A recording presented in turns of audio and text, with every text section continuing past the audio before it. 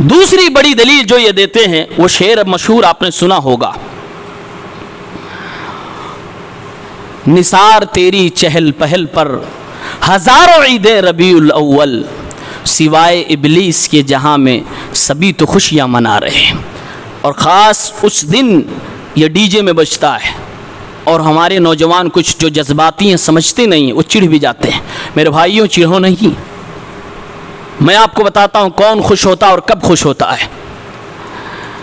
میں نے جو اشارے دیے اس سے یہ پتہ چلا کہ نبی کے دور میں یہ نہیں تھا، صحابہ نے ایسا نہیں کیا، محدثین نے ایسا نہیں کیا، اور کوئی بھی شخص نبی علیہ السلام کے جانے کے بعد سے لے کر چوتھی صدی تک کوئی مائی کلال ثابت نہیں کر سکتا کہ دنیا میں کہیں بھی عید میلاد ہوا تھا۔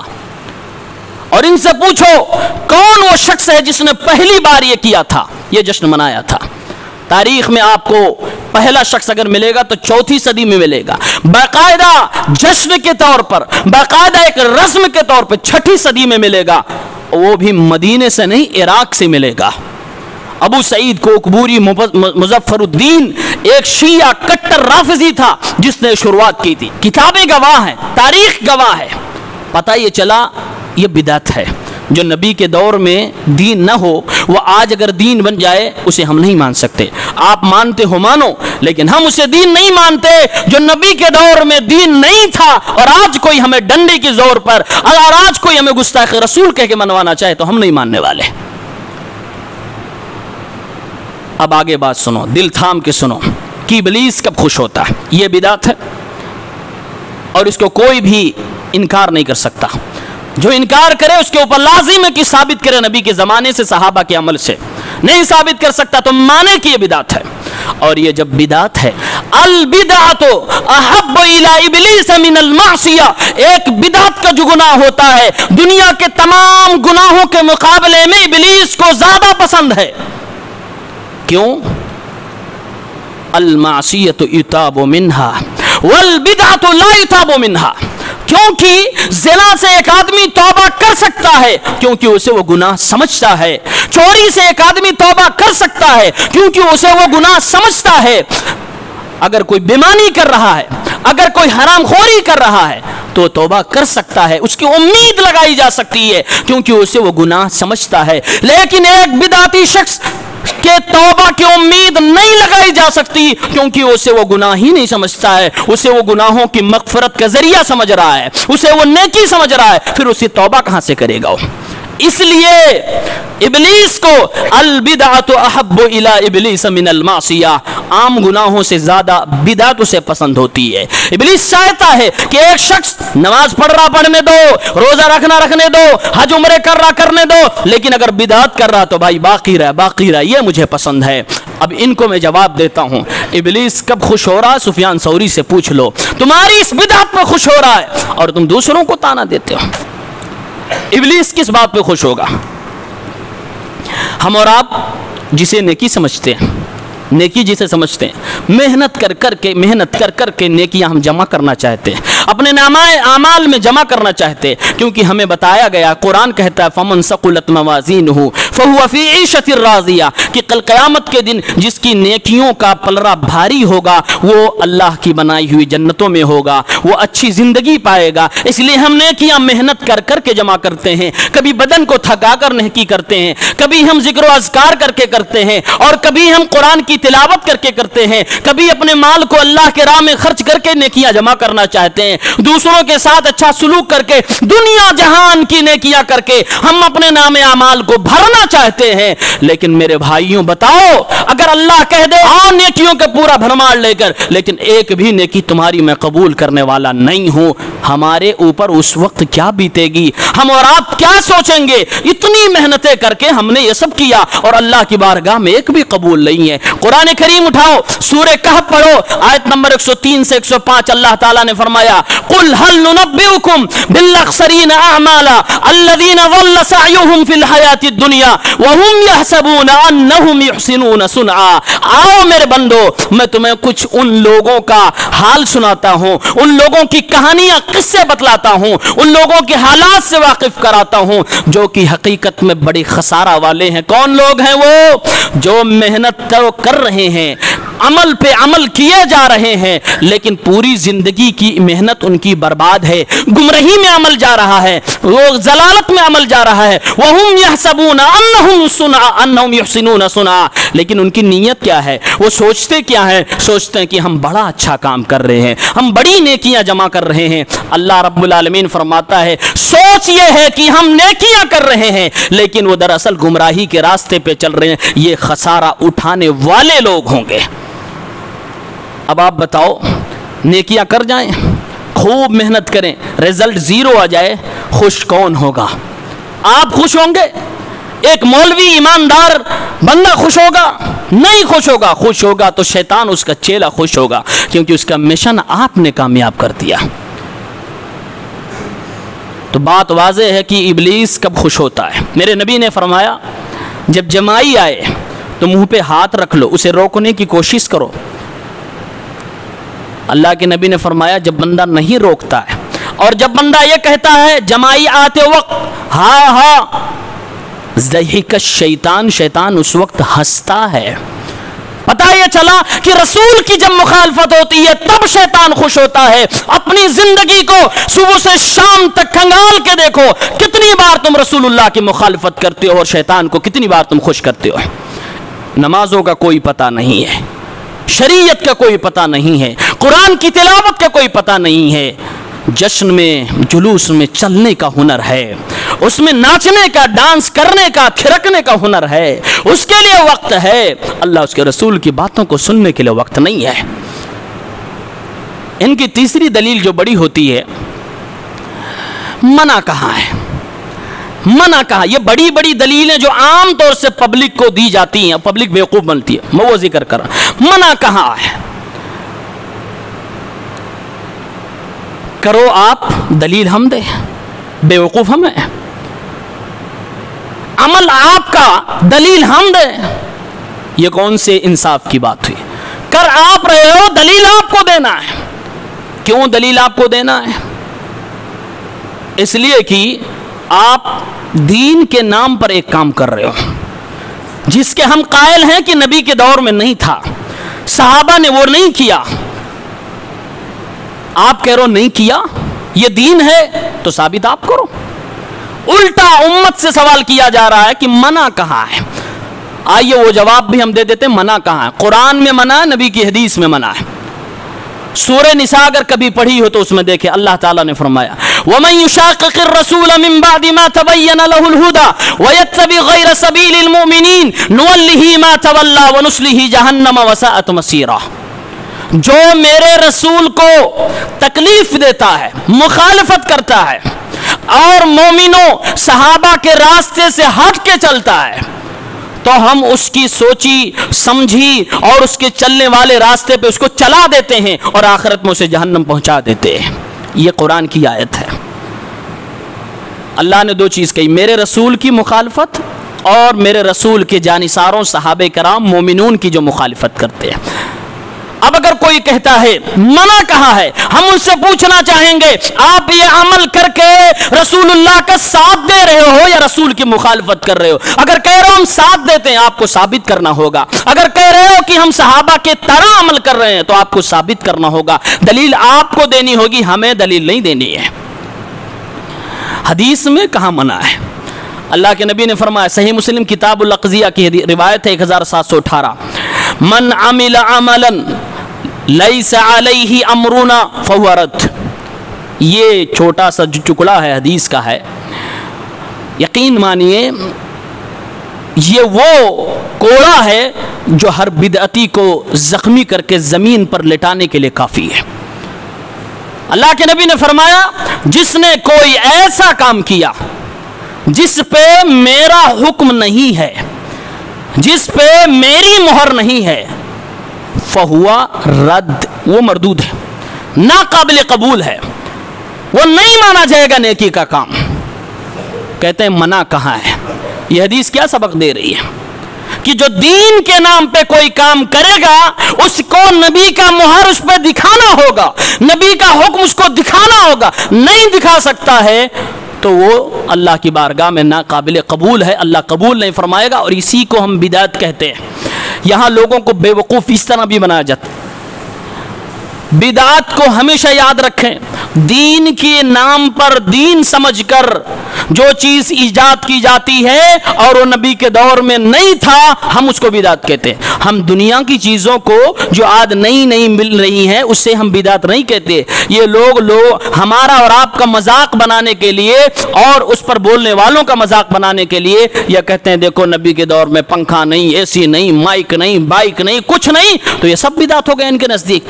یہ پروپیگنڈا ہے، یہ آپ کو گھمایا جا رہا ہے، الجھایا جا رہا ہے۔ ہم کہہ رہے ہیں نبی فرمانے من احدث فی امرنا ھذا، جو میرے اس دین میں نئی چیز ایجاد کرے گا، میرے اس دین کی شرط اور قید میرے رسول نے لگائی ہے، دنیا کی چیزیں اس کے اندر نہیں آتی۔ اس لیے دنیا کی ایجادات کو، نئے انوینشن کو ہم بدعت بالکل بھی نہیں کہتے، بلکہ ہم اسے ایک بہترین عمل قرار دیتے ہیں جس سے امت فائدہ اٹھائے۔ تو منع کہاں ہے؟ قرآن میں بھی منع، حدیث میں بھی منع، میں نے آپ کے سامنے حوالہ رکھ دیا۔ ان کی اگلی دلیل ہوتی ہے کہ ہاں نبی کے دور میں نہیں تھا، چلو مانتے ہیں کہ آپ کہتے ہو بدعت ہے، لیکن یہ بدعت حسنہ ہے۔ بدعت حسنہ کسے کہتے ہیں؟ اچھی بدعت، یعنی وہ چیز جو نبی کے دور میں نہیں تھی آج ہے، ہم کر رہے ہیں، معنی اچھا ہے، نیت اچھی ہے، اس لیے بدعت حسنہ ہے۔ اس کو کرنے میں کیا حرج؟ یہ ہمیں اور آپ کو یہ بھی کہتے ہیں تمہارے سینے میں کیوں مروڑ ہو رہی ہے، ہم کر رہے ہیں، ہم کو کرنے دو۔ بدعت حسنہ ہے۔ آپ اللہ کے نبی صلی اللہ علیہ وسلم کی حدیث مبارکہ کو دیکھیں گے، صحابہ کرام کو آپ دیکھیں گے تو آپ کو اندازہ ہوگا کہ بدعت حسنہ کی حیثیت اسلام میں کیا ہے۔ دراصل یہ ورڈ جو ہے نا حسنہ، اس سے ہم دھوکہ کھاتے ہیں۔ بدعت حسنہ، اچھی بدعت، بدعت بھی کوئی اچھی ہوتی ہے؟ میرے رسول ہر جمعے میں فرما رہے کل بدعت ضلالہ، ہر بدعت گمراہی ہے، ہر بدعت گمراہی ہے، میرے نبی کہہ رہے ہیں۔ ہم کہتے ہیں نہیں، بدعت کی دو قسمیں، ایک اچھی ایک بری، بری والی گمراہی ہے، اچھی والی نہیں گمراہی ہے۔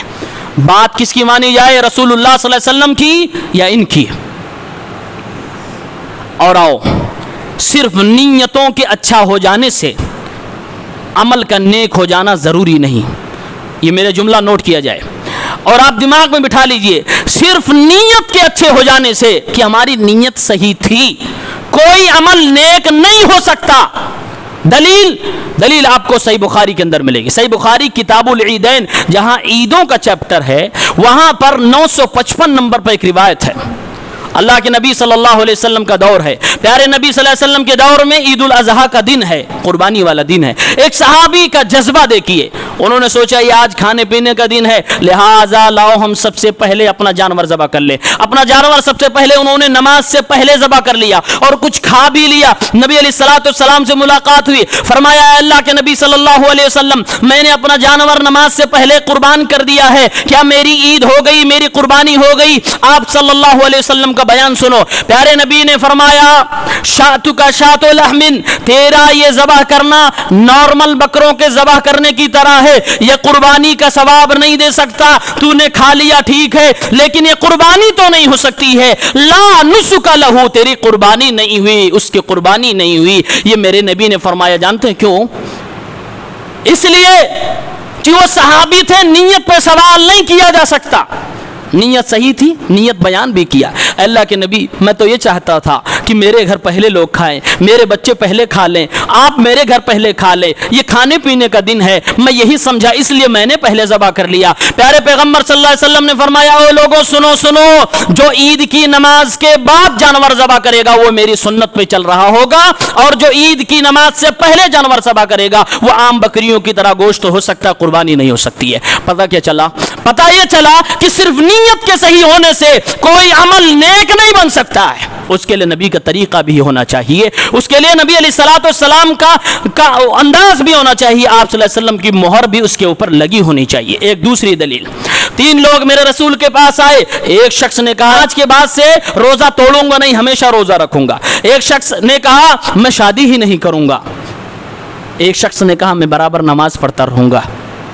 اپنی اپنی بات کر کے چلے گئے۔ پیارے نبی صلی اللہ علیہ وسلم آئے، آپ کو خبر ملی، آپ نے تینوں کو بلایا اور آپ نے فرمایا کہ تم لوگوں نے ایسا ایسا کہا ہے۔ نیکیاں کرنے کا جذبہ، وہ اللہ کے نبی کے دور کے تھے، نبی کے صحابی تھے، نیکیاں کرنے کا جذبہ بھرا ہوا تھا۔ اس جذبے کے تئیں نیک نیتی سے، اچھی نیت سے فرمایا اللہ کے نبی ہم یہ کرنا چاہتے ہیں۔ آپ صلی اللہ علیہ وسلم کا بیان سنو، آپ نے فرمایا سنو، تم سے زیادہ نیک میں ہوں، تم سے زیادہ اللہ سے ڈرنے والا میں ہوں۔ میری سنت ہے کہ میں شادی بھی کر رہا ہوں، میری سنت ہے میں نمازیں بھی پڑھ رہا ہوں، رات کو سو بھی رہا ہوں، میری سنت ہے کہ میں روزے بھی رکھ رہا ہوں اور نہیں بھی روزہ رکھ رہا ہوں، دونوں کام میں کر رہا ہوں، لہٰذا میری مخالفت نہ کرو۔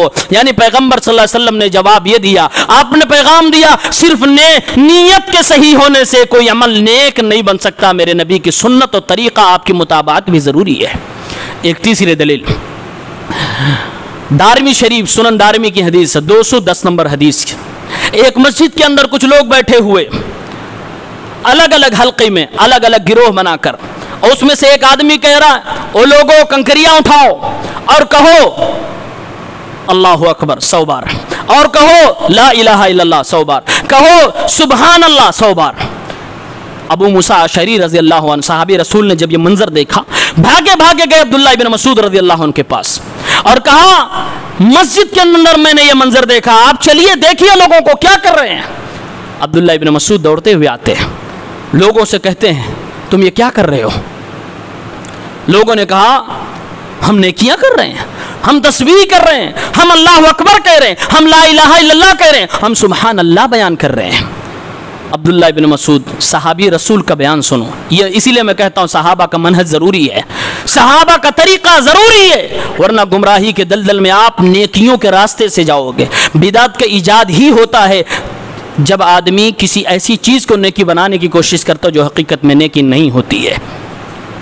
عبداللہ بن مسعود نے فرمایا او لوگوں افسوس ہے تمہارے اوپر، ابھی نبی کے صحابہ موجود ہیں، زندہ ہیں، ابھی اللہ کے نبی صلی اللہ علیہ وسلم کو دنیا سے گئے ہوئے زیادہ دن بھی نہیں ہوا، کپڑے بھی بوسیدہ نہیں ہوئے، ابھی برتن بھی ٹوٹے نہیں ہیں، اور تم اس طرح کی حرکتیں کرنے لگے ہو، کتنی جلدی تم ہلاکت کی طرف بڑھنے لگے ہو۔ والذی نفسی بیدی، قسم اس ذات کی جس کے ہاتھ میں عبداللہ بن مسعود کی جان ہے، اے لوگوں سنو سنو، انکم لعلی ملت اہدی من ملت محمد، ذرا بتاؤ تو صحیح کہ جو یہ تم کام کر رہے ہو یہ تمہارا اپنا ایک طریقہ ہے، کیا تمہارا یہ طریقہ زیادہ اچھا ہے، ہدایت والا ہے، یا میرے نبی کا طریقہ ہدایت والا تھا؟ او مفتتح باب دلالہ، یا تم یہ کام کر کے گمراہی کا دروازہ کھول رہے ہو۔ عبداللہ بن مسعود کس بات کو گمراہی کہہ رہے ہیں؟ لا الہ الا اللہ مسجد میں حلقہ بنا بنا کے، گروہ بنا بنا کے بیٹھ کر 100 مرتبہ کنکری پر گننے کو، تسبیح کرنے کو گمراہی سے ثابت کر رہے ہیں۔ کیوں؟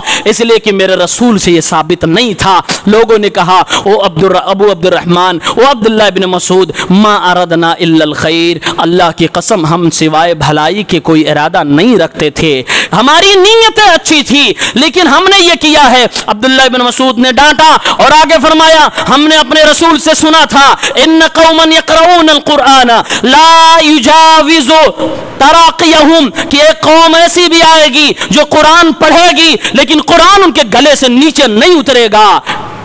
صحابی رسول یہ بیان کرتے ہیں اور اس کے بعد کہتے ہیں مجھے یقین تو نہیں ہے لیکن مجھے یہ لگتا ہے کہ تم میں سے اکثر لوگ انہی میں سے ہو جو میرے رسول نے کہا تھا۔ پھر راوی کا بیان ہے کہ جب وہ خارجیوں کا دور آیا، حضرت علی اور صحابہ کے خلاف خروج کرنے کا، صحابہ سے جنگ کرنے کا دور آیا، تو اکثر لوگ انہی میں سے تھے جو مسجد میں لا الہ الا اللہ، اللہ اکبر، سبحان اللہ بدعتی انداز میں کر رہے تھے۔ معلوم کیا چلا؟ نیتیں اچھی ہونے سے ضروری نہیں کہ کام نیک ہو جائے. میرے رسول کا طریقہ ہونا ضروری ہے. اس لیے ہم کہتے ہیں قرآن بھی نبی کے صلی اللہ علیہ وسلم سے سیکھو, قرآن کی تفسیر بھی میرے نبی کی حدیثوں سے سیکھو, صحابہ کے عمل سے دین کی باتوں کو سمجھنے کی کوشش کرو. آخری دلیل میں دیتا ہوں, پھر بات اپنی ختم کرتا ہوں.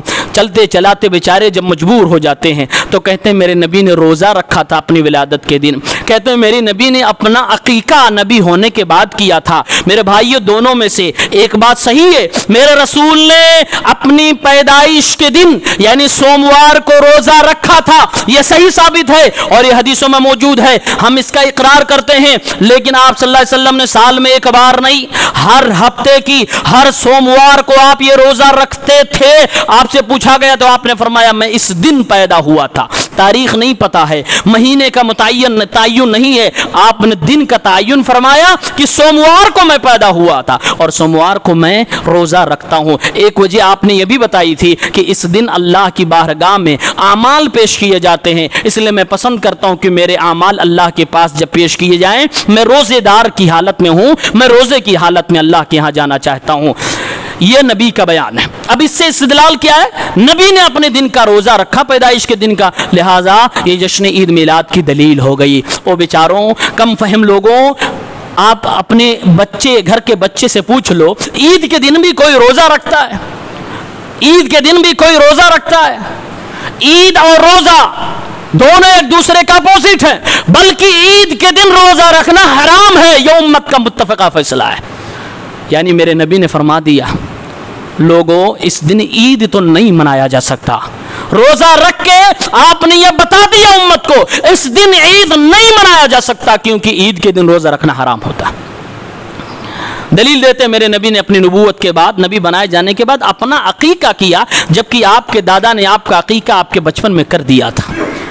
میرے بھائیوں, یہ روایت بیہقی کے اندر موجود ہے, لیکن روایت انتہائی ضعیف ہے, انتہائی ضعیف ہے. یہ بیچارے حدیث کی دنیا کو کیا جانے, انہیں کیا پتا ہے اسماء الرجال کیا ہوتا ہے, انہیں کیا پتا ہے کہ کس طریقے سے حدیثوں کو پرکھا جاتا ہے. جہاں اپنی بات پا گئے, دنیا کی کسی بھی کتاب میں ہو, کوئی بھی بیان کرنے والا ہو, کیسا بھی راوی ہو, بس اپنے مطلب کی چیز ہے, لو امت کے سامنے رکھ دو, حقیقت نہ بیان کرو کہ حدیث ہے کیسی, اور امت کو گمراہ کرو.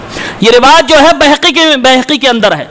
عبداللہ ابن محرر ایک شخص ہے جس کو امت کے تمام اسماء الرجال کے ماہرین علماء نے متفقہ طور پہ کہا کہ یہ شخص ضعیف ہے, حدیث کی بنیاد میں, حدیث کی دنیا میں اس شخص کی بات قبول نہیں کی جاتی. یہ قتادہ رضی اللہ عنہ سے, قتادہ رحمہ اللہ سے بیان کرتا ہے, اس کے بعد یہ انس سے بیان کرتے ہیں اور کہتے ہیں حضرت انس نے کہا تھا کہ میرے نبی نے نبی بنائے جانے کے بعد اپنا عقیقہ کیا. یہ جھوٹی حدیث ہے, یہ میرے نبی پہ گھڑی گئی حدیث ہے, جس کو امت کو بتا کر لوگوں کو جشن میلاد کی دلیل دی جاتی ہے. اب جب کچھ نہیں بچتا تو کہتے او ہو ابو لہب نے منایا تھا, ابو لہب نے منایا تھا. بس یہی بات کہہ کے بات ختم کر دوں گا. میرے بھائیوں, جب انسان گناہوں میں لت پت ہوتا ہے, بدعت کی دنیا میں, بدعت کے دلدل میں پھنسا ہوتا ہے, پھر اسے سمجھ نہیں آتا میں جاؤں کدھر. اپنے مطلب کی چیز مل جائے تو کافروں کا بھی ساتھ. ابو لہب مسلمان تھا نہیں نا, ہم نہیں بتاتے, قرآن سے پوچھتے. ابو لہب نے منایا تو قرآن نے فرمایا تبت یدا ابی لہب, ابو لہب کا ہاتھ خاک آلود. یہ تو دنیا میں اللہ تعالیٰ نے ابو لہب کے اوپر اس طرح کی پھٹکار لگائی جو قرآن میں ہے اور قیامت تک تلاوت کی جائے گی. اور آخرت میں اس کا انجام کیا ہوگا؟ سیصلی نارا ذات لہب, یہ ابو لہب بھڑکتی ہوئی آگ کے اندر جانے والا, یعنی جہنمی ہے. یہ قرآن میں پورا ڈکلیئر ہے. آپ نے ایسے کی سنت کو اپنایا ہے اور ایسے شخص کی عمل کو اپنے دلیل میں پیش کر رہے ہو جو خود جہنمی ہے دنیا میں, جس پر اللہ کی پھٹکار پڑ رہی ہو. اگر آپ کو اس پہ ابو لہبی کہہ دوں تو آپ چڑھ جاؤ گے, لیکن ہماری عادت نہیں ہے کسی کو چڑھانا. آپ نے دلیل میں ابو لہب کو پیش کیا ہے. اگر آپ کو کافر کا عمل اچھا لگتا ہے، آپ اسے دلیل بنانا چاہتے ہو، جاؤ بناؤ، ہمیں اس سے کوئی اعتراض نہیں، لیکن امت کو نہ گمراہ کرو۔ میرے نبی نے کہا تھا اِنَّا مِمَّا أَتَخَوَّفُ عَلَىٰ أُمَّتِي أَئِمَّةً مُضِلِّينَ، ابن ماجہ کی صحیح روایت کتاب الفتن کی، اللہ کے نبی نے فرمایا تھا مجھے اپنی امت کے حوالے سے جن باتوں کا خوف ہے ان میں سے گمراہ اماموں کا بھی خوف ہے، کہ گمراہ امام میری امت کو برباد کریں گے، گمراہ کریں گے۔ آج ہیں لوگ سپورٹ میں ہیں، اپنا نہیں جلوس میں نکلیں لیکن سپورٹ کریں گے، بینر نکال دیں گے، ہم مخالفت نہیں کرتے۔ میرے بھائیوں، جس نے نہیں منایا، یعنی صحابہ کرام نے نہیں منایا، مسلمانوں نے نہیں منایا، نبی کے دور میں کسی نے نہیں منایا، قرون مفضلہ جو 3-4 صدیاں کسی نے نہیں منایا، صحابہ نے خاص طور سے نہیں منایا۔ قرآن نے ان کے بارے میں فرمایا رضی اللہ عنہم ورضوا عنہ، اللہ ان سے راضی ہے، وہ اللہ سے راضی ہے، اور آخرت کا فیصلہ قرآن نے فرمایا وَأَعَدَّ لَهُمْ جَنَّاتٍ تَجْرِي تَحْتَهَا الْأَنْهَارُ خَالِدِينَ فِيهَا أَبَدًا، یعنی ان کے لیے جنتیں تیار کر رکھی ہے، نہروں والی، ہمیشہ جنت میں رہیں گے۔ یہی واضح اور بہترین کامیابی ہے۔ میرے بھائیوں، اب آپ خود فیصلہ کر دیجئے کہ آپ ابو لہب کے ساتھ جانا چاہتے ہیں یا ان لوگوں کے ساتھ جانا چاہتے ہیں جن کے لیے جنتیں تیار ہیں، جن کے لیے اللہ تعالیٰ اپنی طرف سے سند رضا عطا فرماتا ہے۔ اس لیے میری دعوت ہے کہ میرے بھائیوں، اس طرح کے بدعتی کاموں سے اپنے آپ کو بچائیں، اپنے گھر والوں کو بچانے کی کوشش کریں، اس طرح کے جلوسوں میں جانے سے پرہیز کریں۔ اللہ کی قسم یہ دین نہیں ہے، اللہ کی قسم یہ دین نہیں ہے، اللہ کی قسم یہ دین نہیں ہے، یہ دین کے نام پر